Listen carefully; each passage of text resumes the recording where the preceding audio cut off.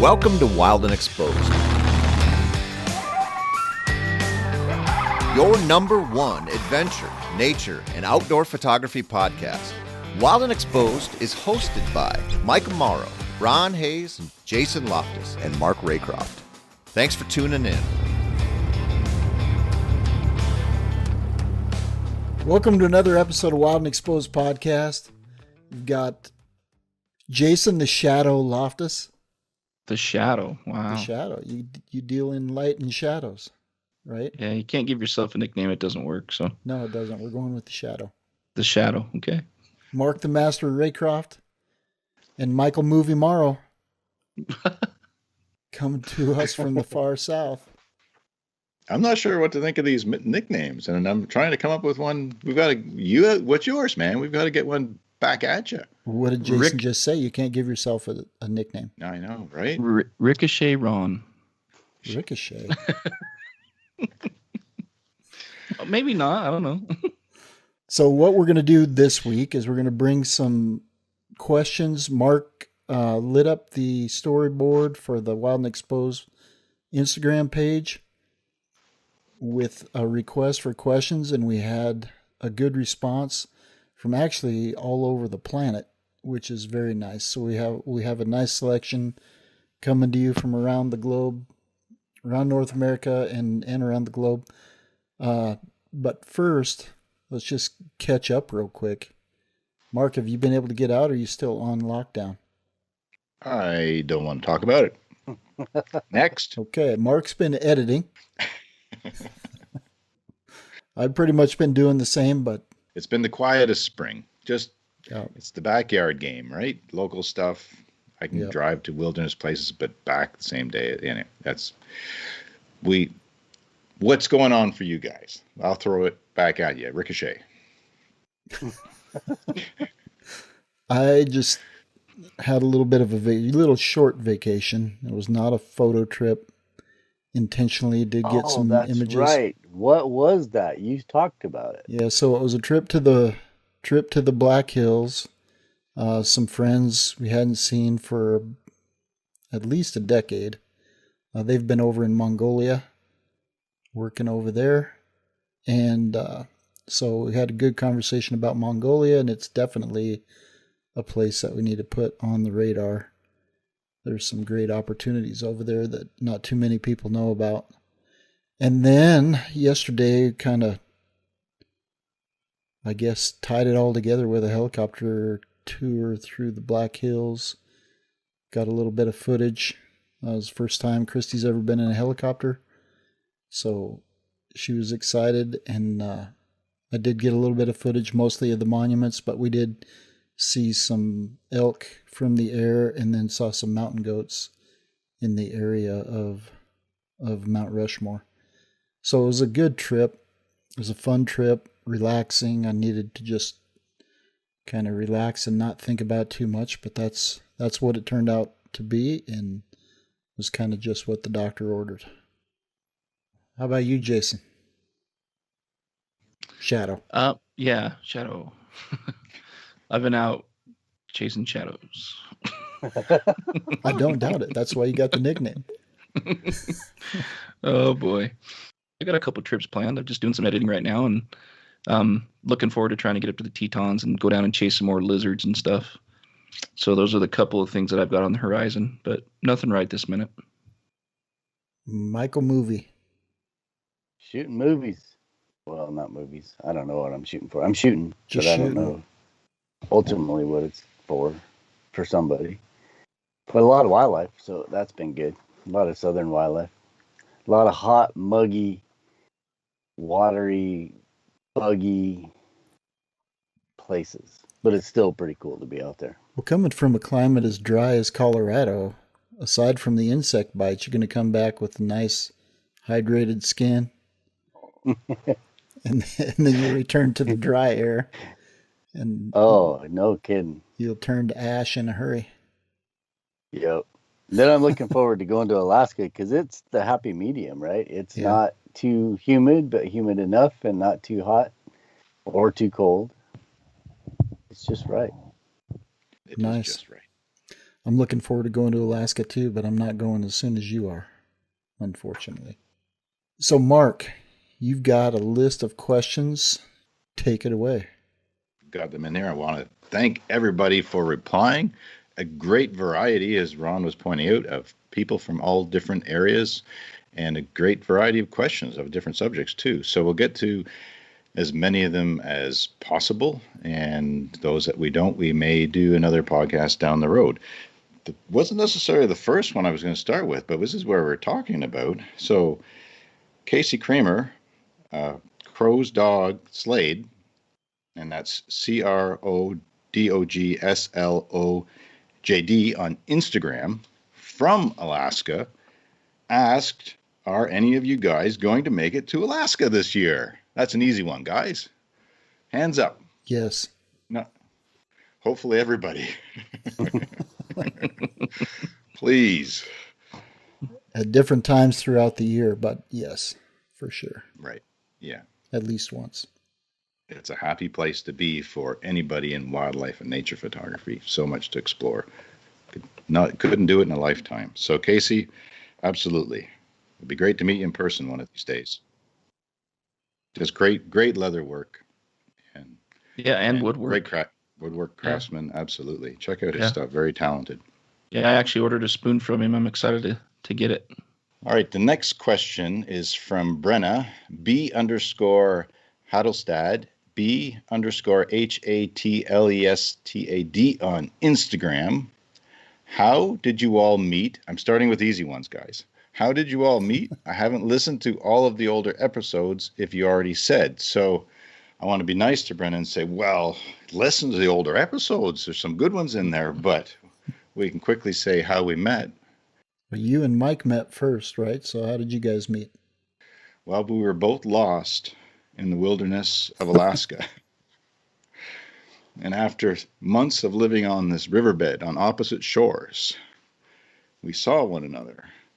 The first humans we've seen in months. Anyway, we did meet in Alaska, in the wilderness, on the coveted historical photo permits in Denali National Park. And we were in the back. And that story has, I think, been told at length on an early episode, one of the episodes for sure of this podcast. It's come up because I was made fun of. I remember something about my diet in the wilderness back then. So that's how Michael and I met.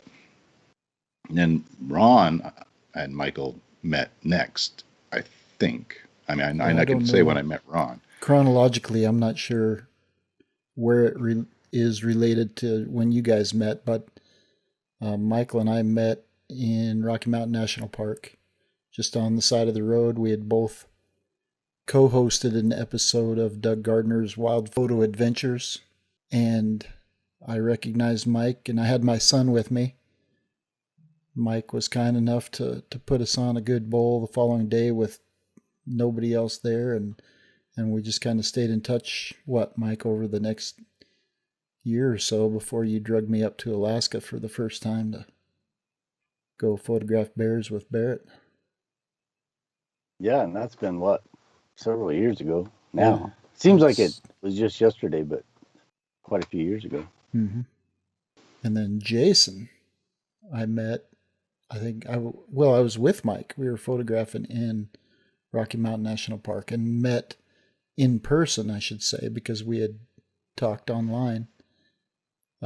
But Michael and I did an episode with Jason and his son Hunter, just sitting on a picnic table in a closed campground while we were on an elk trip as well.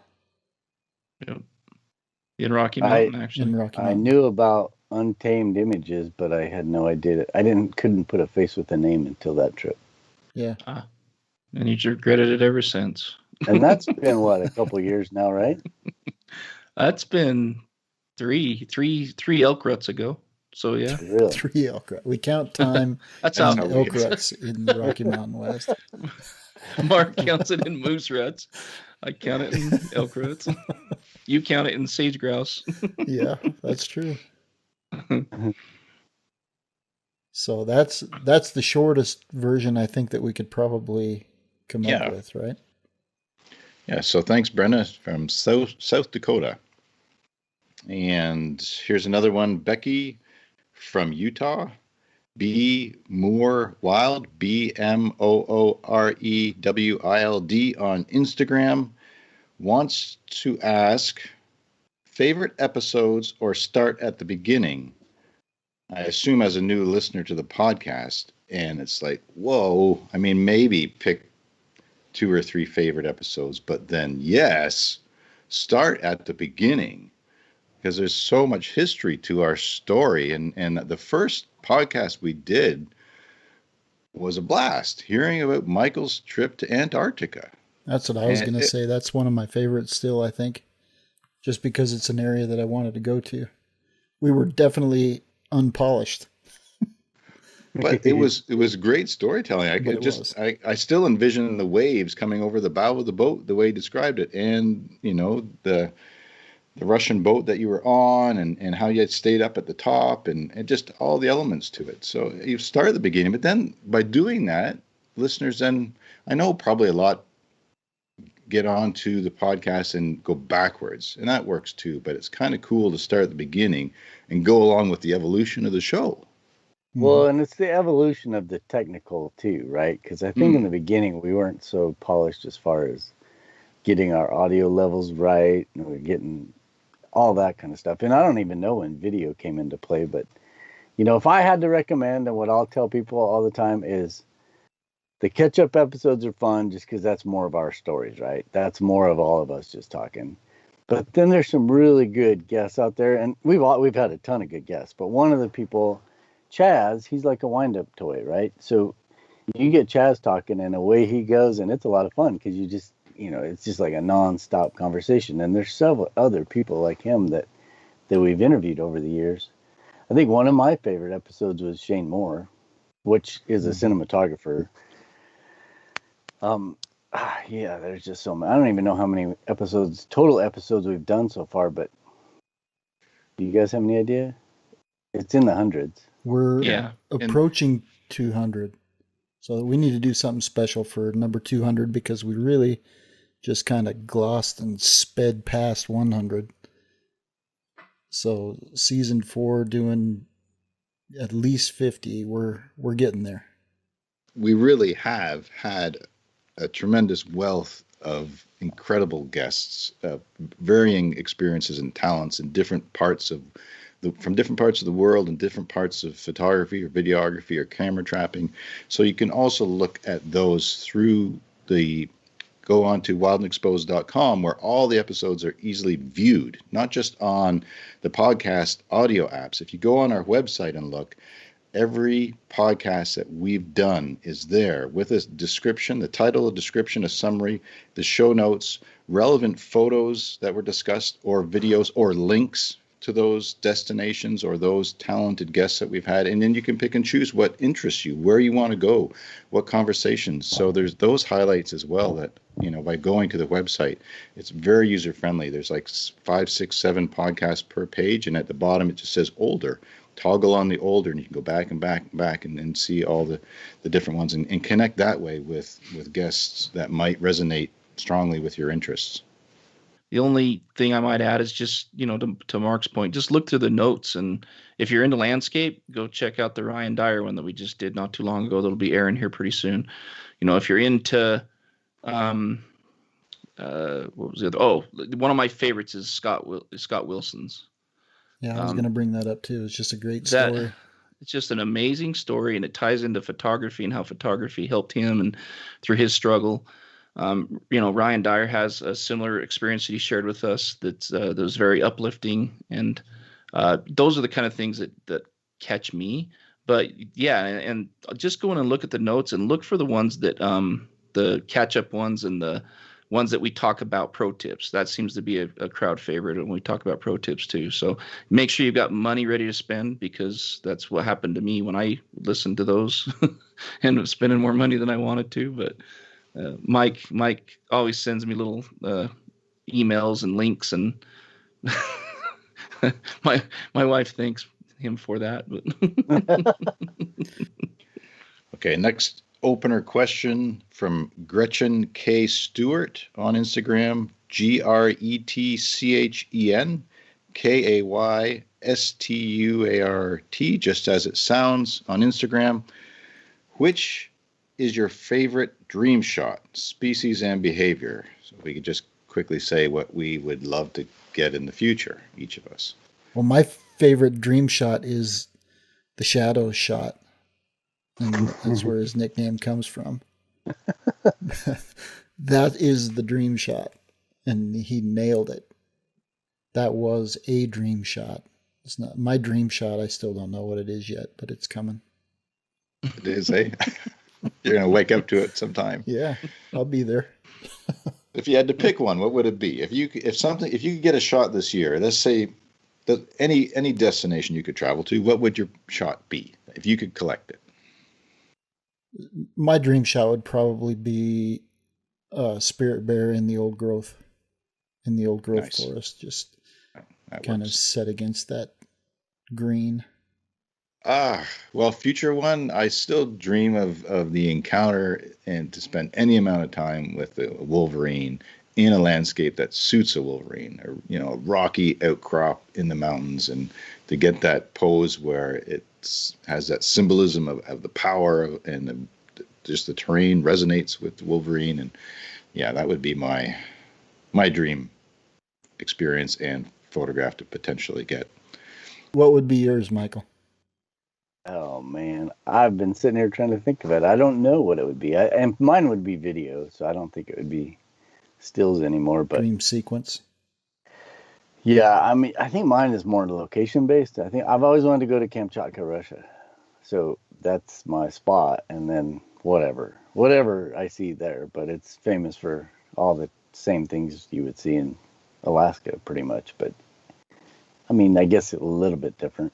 So my friend from Mongolia has contacts in Kamchatka, and I told him about your desire to go up there, and we're gonna make it happen. Man, I've got all the books. I've read all the books. I've watched any documentary I can find on it, and I've followed some people on Instagram. It just looks amazing. Mm-hmm. But things can look amazing, and then you get there, and it's like, it's hard to get around, or just who knows. But just the adventure of it would be pretty cool. Shadow.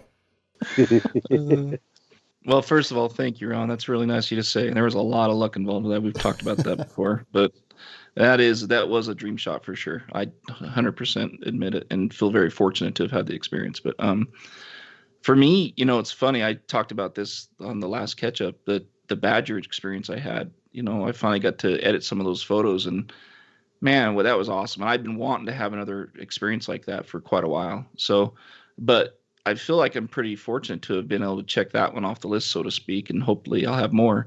But for me, this year, it's really all about the bears, the fishing bears, and I really want that low angle, board charging salmon coming at me kind of a shot. That's what I have in my head.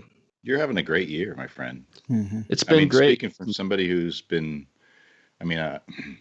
just not traveling to destinations as per usual. But if I remember correctly, at the beginning of the year, this question came up on the podcast, and Bobcat was what you said. Check. Badger. Check. Yeah. Bobcat, Martin. Yeah, Martin's phenomenal, right? And then, odds are you'll get this. I hope so. Yeah. That's cool. Mike promised me, so, Okay. We'll make it happen. I just teasing. All right. Well, thanks, Gretchen. Next one we have from Kurt Baldwin Wildlife. KurtBaldwin Wildlife on Instagram. What are your guys' favorite ecosystems to shoot in? For example, forest, high plains, Arctic, etc. Go ahead. I'm all tundra. Taiga forest, where the taiga forest meets the tundra, that's a happy place. In early autumn, maybe not in February, but early autumn on where the taiga forest, the northern boreal forest meets the tundra. There's so much life and color. Yeah, mine's the elk woods. That could be pines to quakes but it's got to be in fall. That's my favorite. again. It's like, gosh, anywhere. Right now, I'm in the swamps, these cypress swamps. I don't know if you guys have ever been in a cypress swamp. It's freaking amazing. It is so cool, and you don't really know that until you go do it, right?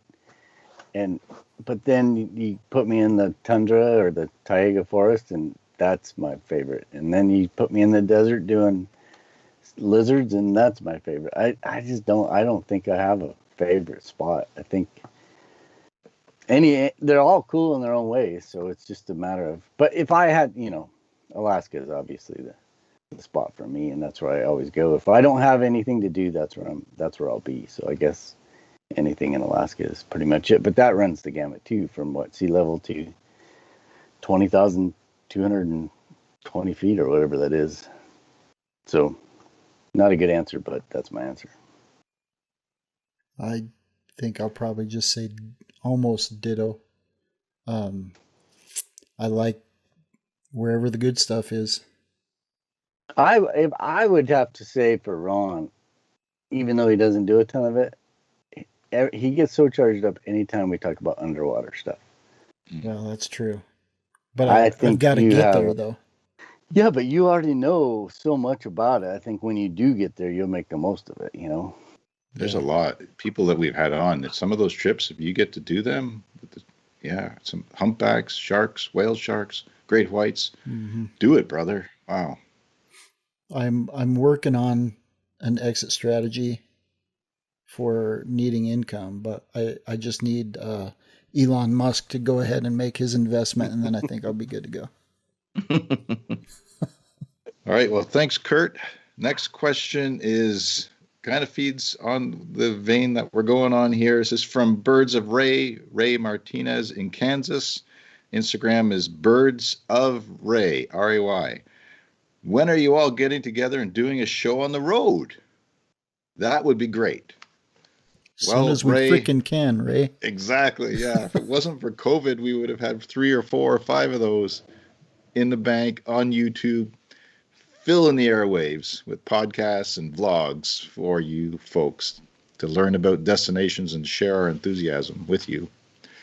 I'd say the best chance for that, though, is going to be Alaska this summer, right? I mean, who knows if we're going to be able to pull it off, but if we're all going to be as there, long as Mark can get the release, I think we'll be good. There's a plan to that. I hope so. Hopefully everything will be in place and borders will be open by the end of summer at the latest. This whole thing, though, I mean, we've been guessing for a year now, but hopefully that'll be the case. I got a friend that got stuck in the Congo when COVID happened. There's no reason you can't get stuck in Alaska. Okay. You don't have to go back. Yeah, well, and that's it. Where we are now, we can travel. So it's a matter of quarantining when we come back. But I don't want to get into all the COVID stuff. That's no fun. Hopefully by then, yeah, Alaska is definitely one of my, if not my favorite place to be. All right. So thanks, Ray. I'm going to jump back and have another question from Kurt Baldwin Wildlife in Alberta. I kind of like this one. It was different.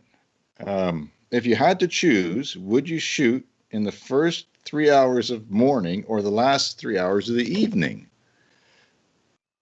It's a bit different, but that's great. Now we're presuming it's a clear day, so it's good light. That's why it's the first 3 hours and the last 3 hours. But what's the difference between morning and evening? And the light to me has always been similar. I don't see much of a difference that way. I don't see any, to be honest. So as far as what you can take away for images, it makes no difference. But starting the day off by kicking butt with an amazing photo shoot in the morning just sets the whole day up high. It sets the flavor and enjoyment for the day, the success of the day, and then who knows what comes after that. And when you're photographing something in the morning, if you're able to stay with it longer, you can ride that edge of harsh light if you have to. Whereas in the evening, there's the pressure, the sun's going down, and it may or may not work out before darkness and ISO 7500. We don't want to do that. So I'd pick the morning. Well, It depends for me. Like everything else in photography, it depends because like elk, for instance, during the elk rut, in the morning you get what you get. Then sometime in the middle of the day, you put them to bed, and you know where they're going to be in the afternoon. And so it allows you to lengthen that time that you're going to have with them because you know typically either where they are for sure or where they're going to come out. And I think that the evening during the elk rut is probably my favorite. But if I'm photographing any bird species, it's always the morning because when the sun first comes up, birds are just nuts. They're moving all over, a lot of activity, a lot of interaction and behavior. So birds would be morning for sure. Yeah, I'd agree. Keep it Well, easy. and I think it's all species dependent too, because there are certain species where the afternoon is better. The lizards, for example, I think it's better in the afternoon. But good point. Where I'm at right now, the morning's better. And then in Alaska, it's, I don't know. I guess it's you tend to have really nice light up there most of the day, right? Yeah, on most days. Depends on the time of year. Yep. Yeah, by September, the light hardly gets harsh. Yeah, you can go longer for sure. Some points your best light's at 2 a.m. There's that. There's that. All right. Next question is from Joel Evans in Australia. Instagram is joel.e.photo, spelled F-O-T-O on Instagram. If you want to see some Australian wildlife, go to Joel's Instagram page. His question is, if you are asked to sell prints, etc., or want to start selling, how do you know what to charge? You don't. Sometimes you charge what people are willing to pay, and then as you move on, you can set your own prices after you start to gain an audience and develop a clientele. Then you dictate the prices. It depends a lot on the effort and the cost that you put into getting the shot, I suppose. And then some of it depends on who your client is. Are you going to charge Grandma Bessie, 500-600%? Mark is. Or are you going to give the family discount? So it depends largely on who you're selling to and what for. Yeah. A quick piece of advice that I thought about when I had the advance of having these questions this afternoon. Cheater. Yeah, sorry. Is to seek out some of the wildlife or nature photographers that you aspire to or that you look up to on their websites and see what they charge. That can give you a starting point and go from there. Or just even looking at a whole variety of photographers online on their websites to get an idea of what going rates are for different size of prints, whether it's regular print paper, fine art print, or canvas, metals, acrylic, all those you can see and find fairly readily on people's websites. But then there's a lot of things in this industry. It's a gut check too, right? I mean, if you sell it, there's just something internal about feeling good about that sale. Obviously, friends and family doesn't play into it, but just to make the sale to somebody, this is a piece of artwork, the image that you've created is going to be on display that they love enough to put up in their house. So it should pay the person who created it something to keep it going, to keep what you're doing going forward. So to me, there's that gut point check where it's like, I feel happy about the amount of profit over the cost of the product when it goes to the client. All that being said, at a fair rate, but I always have tried to create a starting point for prices by searching online and seeing what other people are charging in a field that might be new to myself. Yeah, I'd agree with that. And I'd only add that, I think it depends on what you're trying to accomplish and who you're trying to reach too. I mean, if you may decide you want to do fine art prints and you're going to try to reach a clientele that's going to spend a lot more money on an individual print. And if that's the case, then you should A, create work that's worthy of that, and B, charge accordingly. So I think, both of you hit the nail on the head. Depends. And I did the same thing, Mark. I went out and just tried to shop around and see what other photographers are charging for their work, and kind of tried to base it off that, because you don't want to undersell the market either, because every time people do that, it just diminishes it for everybody. So there's a balance there, and it's not an easy answer, but you just got to kind of figure out what works for you. The only thing I would add is we have a podcast coming up with a guy by the name of Taylor Gray. I think Jason, you have it up for June sometime, but really interesting young man who's a photographer, wants to do the fine art thing, and he actually went to school. He wanted to be a photographer since he was a kid, but when he did some research, he actually went to school and got a business degree because he knew he could figure out the photography thing. And I only bring that up because I think if you really want to make it and sell prints and make that your income, I think you got to treat it like a business. So you've got to do a whole profit and loss and figure out, hey, I can sell a print for this much and it covers my time and it covers all this, it covers all that. So, that's a really analytical way of looking at it. But if you're doing it for fun, that's one thing. If you're doing it to actually make a business out of it, you better put a little more thought into it and do exactly what you guys said, but then also kind of dig a little deeper and create some sort of little business plan that gets you where you want to be. Mm-hmm. Yeah, good points. Thanks, Joel. The next question is from Jake Zamora in Canada. His Instagram page is Zamora Z.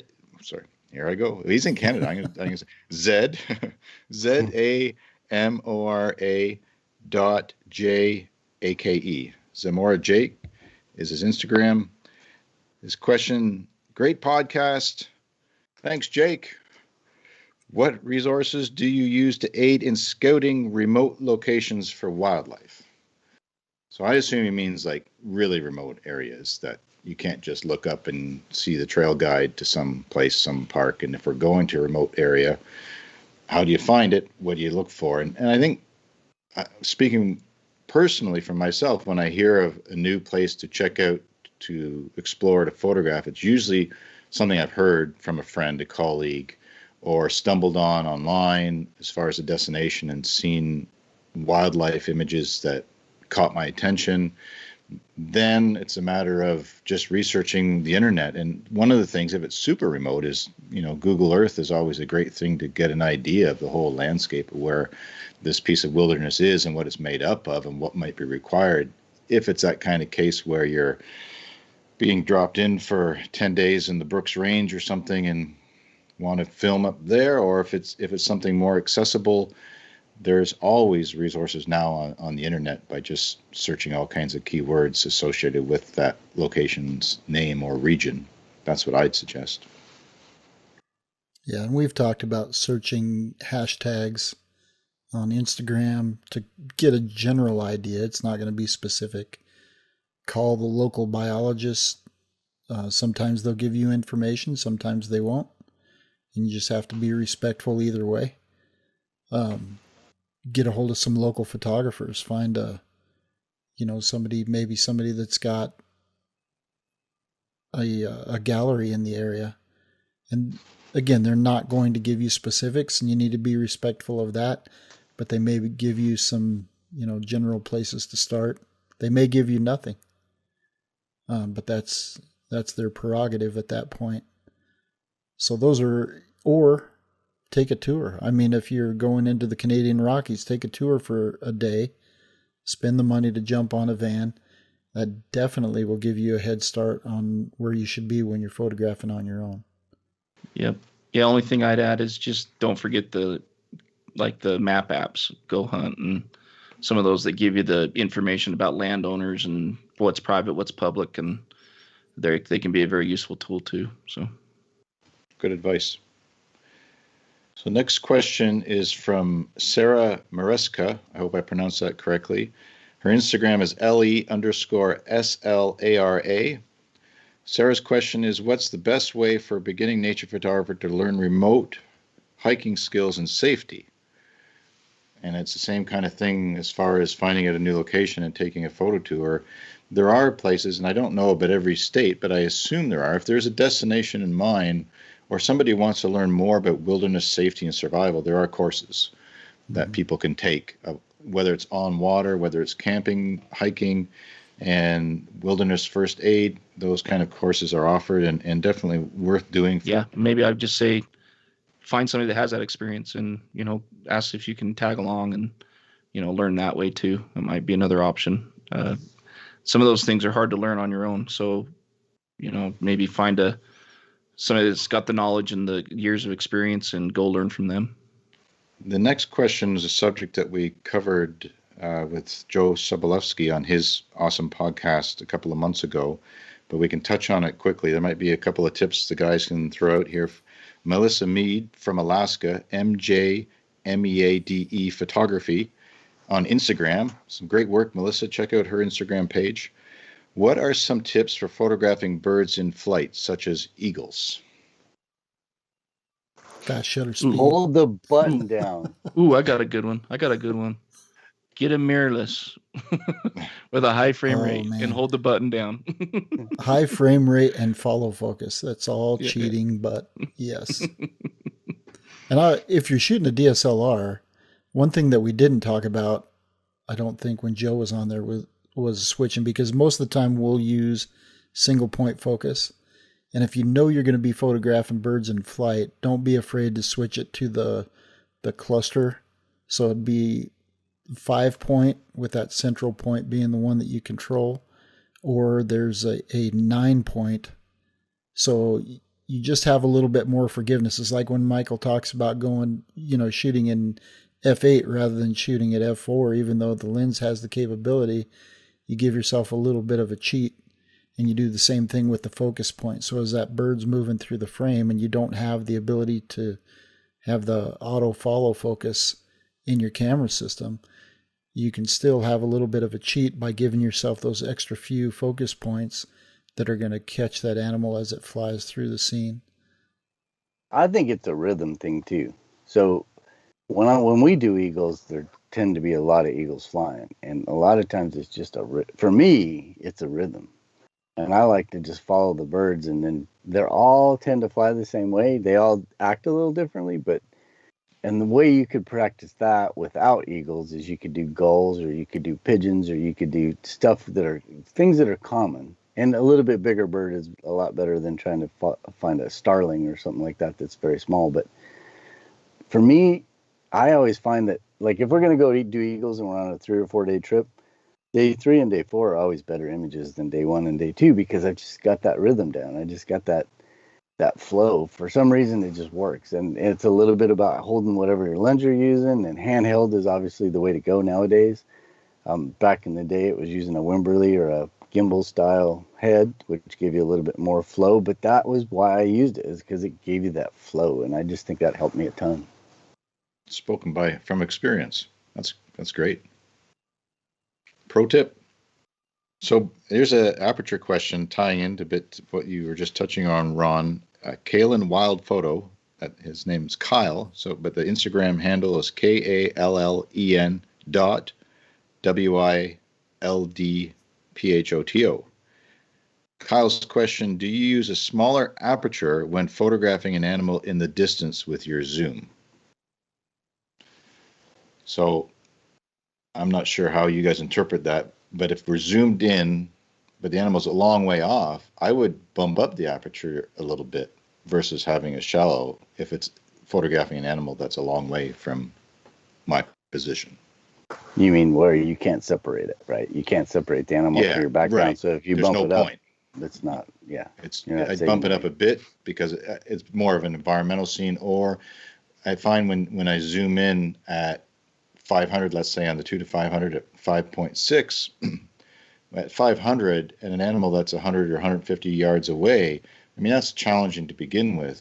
And so it just gives a little bit more depth and gets the whole animal in focus in some of the foliage. That's my approach to that one. It's not, I don't think it's at all the photographic strategy of cleaning the background, because then the animal's closer where you have that ability to go shallow depth of field for that smooth background. I wouldn't, sorry. Oh, I was going to say the advantage of having them further away. If you have a lens that's capable of going to f4 or even f2.8, my mentor used to say F8 is not F8 is not F8 is not F8. So when it's closer, F8 is a shallower sliver of focal plane. But the further away it gets, the deeper that focal plane becomes. So at 5-6, like you're talking about, you may be at, depending on where the animal's at in your frame or in your scene, you may be at what's called hyperfocal distance, where it's going to get, even at f5-6, you're going to have the entire scene in focus. Everything won't be as sharp, but it will be sufficiently sharp. So there's a lot to learn, and that's a loaded question, because it depends on where you're at, what you're shooting, just exactly how far away they are, and how much light you have. That's the other advantage to have it, a wider aperture, so a lower number, have the capability of opening that aperture up, is that, you can stay out and shoot a little bit longer. Yeah, and I just think the reverse way that Mark does, so it's interesting. I probably should learn something from this, but not necessarily, no. No, it's just a different thought process. But I think a lot of it depends, right? That should be our new shirt, right? Ask me a question, it depends. But if you do have good separation from the background, then going to f4 or f2.8 can also make a pretty dramatic effect as well. So I guess my advice would be, hey, if you got the animal out there and it's that far away, you probably have some time. I'd probably shoot it at a bunch of different apertures and see what you like, yeah. All right. It depends. It really does. It depends. Sure. Well, it's so much. It depends on what the habitat it's in. Is it clean, or is it next to evergreens? What's the situation that's happening? So I think all the answers are fine for sure. My next question is from Ethan Hogard in Missouri. His Instagram page is Up the Creek Photography with an underscore between each word. Up the Creek Photography. Ethan's questions for the Yellowstone guys. What's in your camera bag for a fall Yellowstone trip, including all the knickknacks? What do you guys take to the field? Water, bear spray. Bear spray is probably the number one knickknack. You take two? I do. You have one on your tripod, one on your waist? On my body, yep. Layers, because you never know. And I'm kind of falling in love with these lighter weight down jackets, because they are a good insulating kind of mid-layer. But layers are very important in the fall. Well, in the spring and fall, because temperatures can vary, 30, 40, 50 degrees in Yellowstone pretty easily. As far as knickknacks, I think that's about it. Sandbag and, a tripod just to extend your shooting time. Power bars always, no matter where you're going. But life straw. It depends on how close you are to the elk wallow, whether or not you need a life straw. Did you hear a story of somebody doing that once? I don't know. It works. I know it works. I have life straws, but I thought. I think Jason means it works in a wallow. Yeah. It does. It's nasty, but it does. You gotta trust your filter. True grit, boys. True grit. I was just gonna say I'd add a lens coat, my raincoat. I definitely have that on me.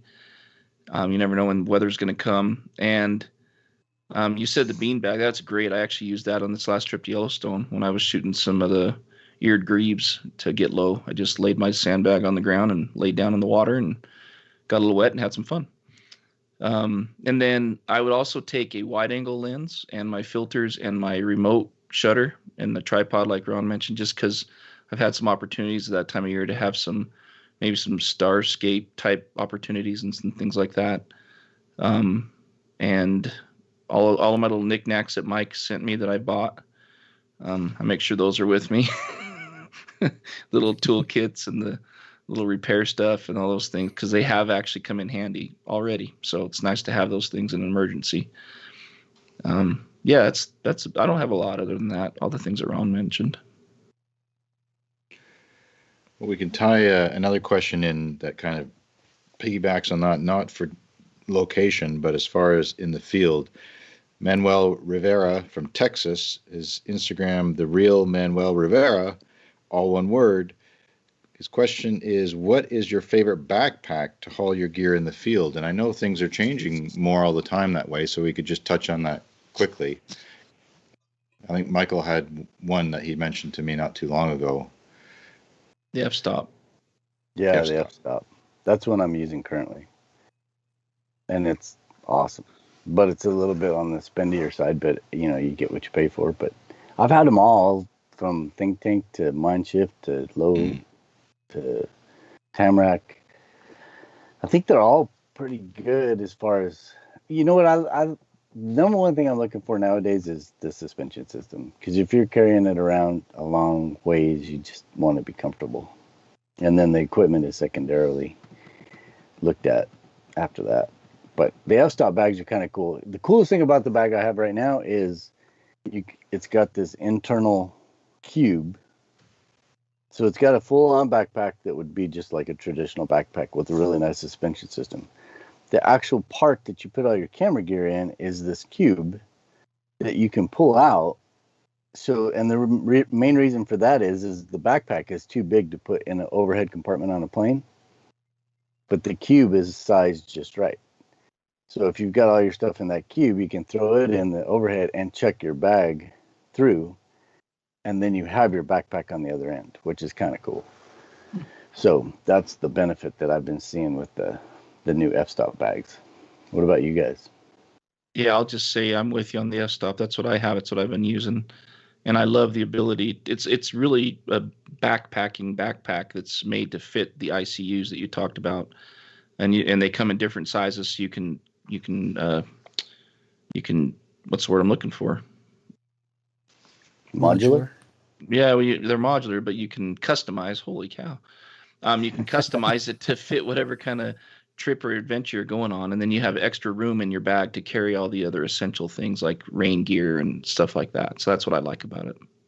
Yeah, I can honestly say I haven't found my favorite photo bag yet, but I do like the modular ability to throw it in a backpacking backpack, because they're obviously built to cover the miles, and that gives you the opportunity to stay a little bit more comfortable.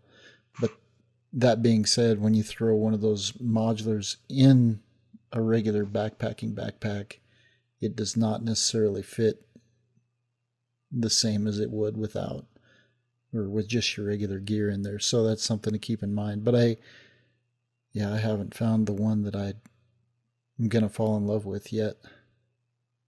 All right, shall we do one more? There's a whole pile of other questions, but we'll get to them in a future podcast, I expect. This is a kind of different one. It's Kurt Baldwin again.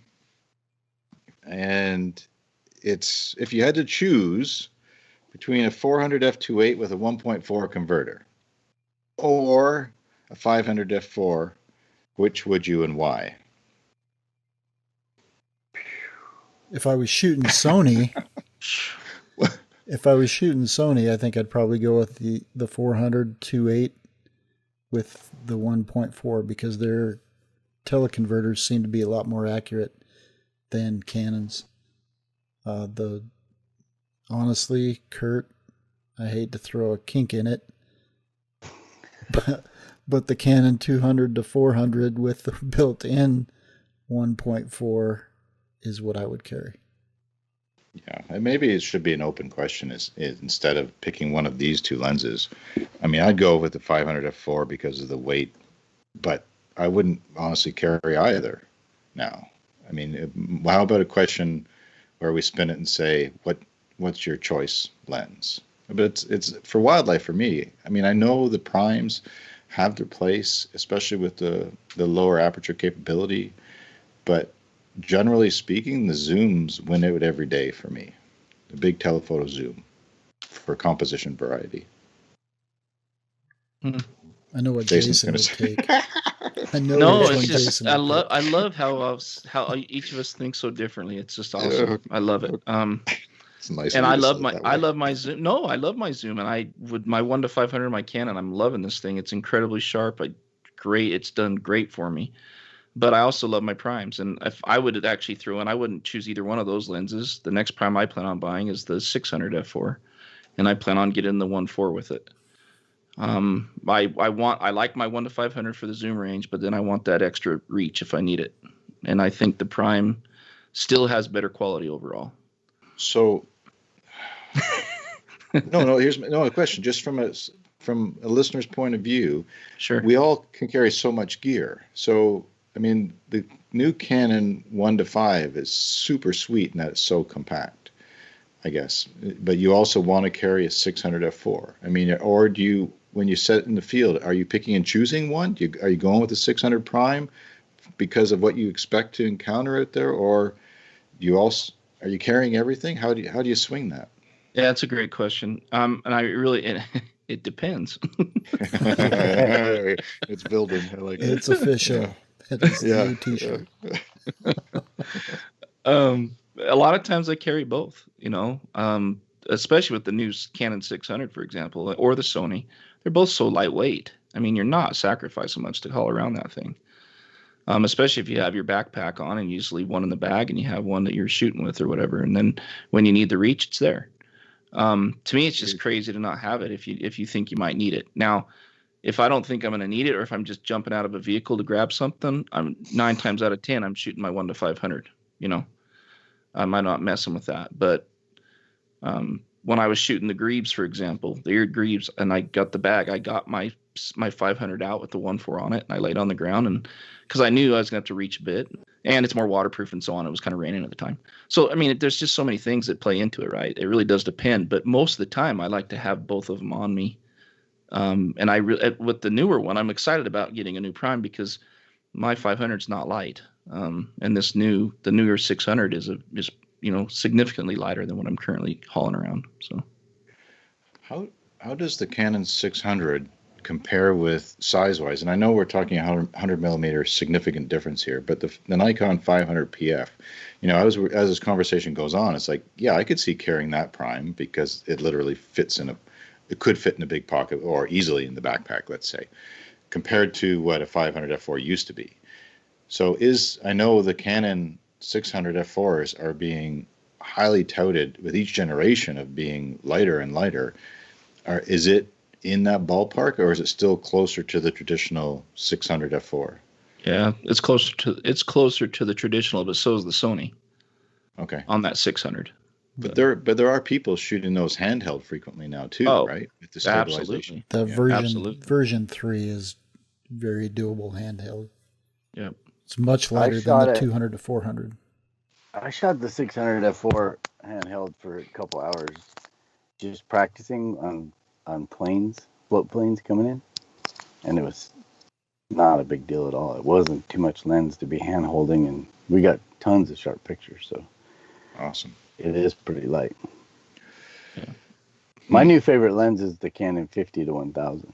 Do you have it? Yeah. I heard that his new favorite lens. Is that your new favorite lens? No, I don't have one. I've been using one for the last 3 months, but man, that thing has a built-in 1.4 extender too, 1.5 extender. It's amazing. But to be able to go from 50 to 1000, it's not even funny. It isn't even funny. But what's the mount on that thing? You can get an EF mount or a PL mount. They need an RF mount. Well, you can just use your adapter. Or the adapter. Wow, yeah. That would be crazy. But you wouldn't want to carry it around. So the whole discussion of lightweight is not. It wouldn't be doable. But it's pretty amazing to be able to get that kind of reach or that kind of variation. No kidding. Yeah. It's just fun to look at that lens. Even it's just like, wow. I'd love to have it, play with it, shoot with it someday. So it depends on this. It depends on the situation. Like the primes work so well in some, but I guess my mind always goes to large mammals and moving through a landscape with them and the flexibility of the zoom, but I could see situations where, especially with them getting lighter and lighter, where it would have greater appeal to have that shallower depth of field and greater reach. Yeah. Well, The and I problem guess you what run I, into with the 600, though, sorry, Jason. you're fine. The problem with that 600 is the size. Yeah. Now all of a sudden you got to get a bigger backpack because that sucker is, It's I big. don't know how long they are, but I would guess, 16 inches? Yeah, I mean, it's the same size as the version 2, I think, as far as length, very close. But yeah, you know what I would say is, I mean, the question was very specific to primes, but I would first and foremost get me a good zoom, to your point, Mark. I mean, if I was just trying to get into it, I would definitely go with a good zoom first. And then if you feel like you still want a prime, then go that route. But All right, guys. You've been quizzed for today. We'll do another questions episode in the future. We love the interaction with the audience. Keep them coming. Even when we don't prompt for questions, we always stockpile them and keep them aside. And even if there's time on a podcast when we're doing a catch up, we sometimes just throw them in. So keep interacting that way. We appreciate it. You can see more of our team's work at wildandexposed.com, on our website, where there are so many pages that Michael's worked hard at creating, not only the large list of episodes and show notes that we talked about earlier on today's podcast, but there's also connections to our YouTube and, of course, the store with a variety of product and merchandise that we've tested. It's a great company, award-winning company, where we've got caps and shirts and hoodies and tank tops and coffee mugs and stickers, you name it, Wild and Exposed. Our audio podcasts come out on Tuesdays, and our video versions come out on YouTube on Fridays at Wild and Exposed Podcast. Please take the time to give us a positive review, a thumbs up, or a 5-star rating, as those do truly help us to gain traction in this busy world of podcasting, whether it's on the audio platforms that you listen to or on YouTube. Until next time, you've been listening to Wild and Exposed Podcast. Thanks for tuning in. You've been listening to the Wild and Exposed podcast. If you haven't yet, please give us a rating and a review. And make sure you're subscribed so that you'll get every episode we produce as soon as we drop it. And as always, thanks for tuning in. We're gonna make it someday. Nothing's gonna get in our way.